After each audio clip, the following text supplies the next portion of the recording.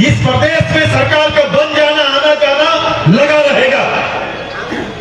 लेकिन सबसे ज्यादा जरूरी है कि जो जिस पद में बैठा हुआ है, चाहे वो वार्ड मेंबर हो, मुखिया हो, पंचायत समिति हो, जिला परिषद हो, विधायक हो या पार्लियामेंट मेंबर हो, मंत्री हो या मुख्यमंत्री हो, उसे जवाबदेही लेना पड़ेगा और उसको अपने दायित्व का बोध होना चाहिए कि मैं एक सार्वजनिक जीवन में किस पद को होल्ड कर रहा हूं, किस पद का नेतृत्व कर रहा हूं।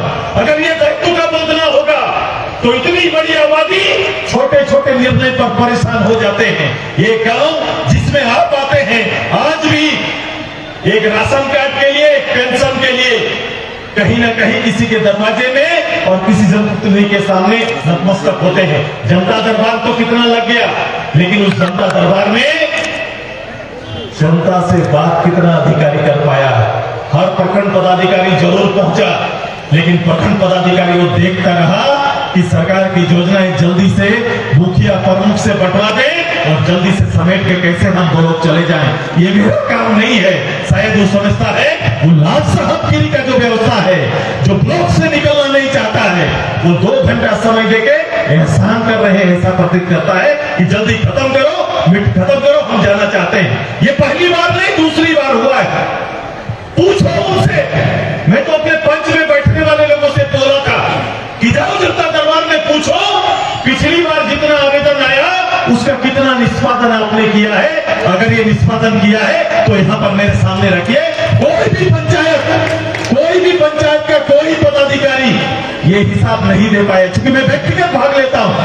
मैं ये बात इसलिए कह रहा हूँ, मेरी रुचि है और मैं भाग लेता हूँ। और मैं जब गवर्नमेंट का ऐलान नहीं था उससे पहले से मैं भाग ले रहा था।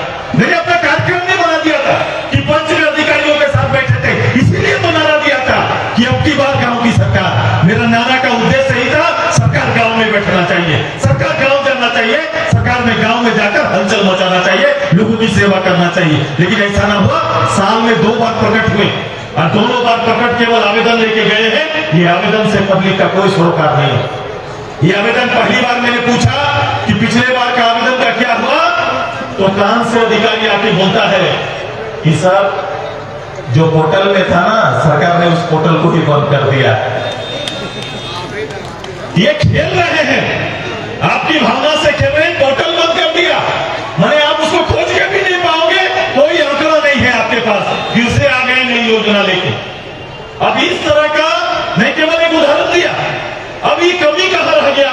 कार्यक्रम हो गया, पूछने वाले लोग नहीं रहे। 300 लोग आए, आवेदन दिए, बाबा हो जाएगा बोल के हर आदमी आशावादी कुछ दे के चला गया। मेरा प्रतिनिधि कैसा होना चाहिए, आजसू पार्टी की नेत्री कैसी होनी चाहिए? भीड़ तो आएगा, भीड़ तो बैठेगा, लेकिन वहां अपनी बात और हक की बात बोलने वाला व्यक्ति मुझे चाहिए और वैसी महिला नेत्री चाहिए जो वहां खड़ा होकर पूछ सकती है कि भाई पिछले बार का आवेदन का क्या हुआ, हमने जो आवेदन दिया था उस आवेदन का क्या हुआ। बोलो आवास प्लस बोल के आवास 2024 तक घर बनना है सभी को। प्रधानमंत्री जी का ऐलान है कि 2024 तक सभी गरीब का छत मिलेगा। ग्राम सभा से जितना भी नाम आपका गया है, मैं आपकी बात कर रहा हूं, ग्राम सभा से जितना भी नाम गया है वो ग्राम सभा से गया नाम की स्वीकृति नहीं हुई है। आप देखेंगे उसकी स्वीकृति नहीं है।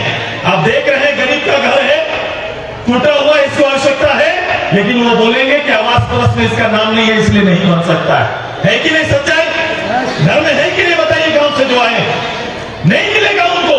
झारखंड टाइम्स के साथ जुड़ने के लिए हमारे Facebook page Jharkhand times .live को लाइक करें। साथ ही साथ हमारे ऐप झारखंड टाइम्स को गूगल प्ले स्टोर से इंस्टॉल करना बिल्कुल न भूलें।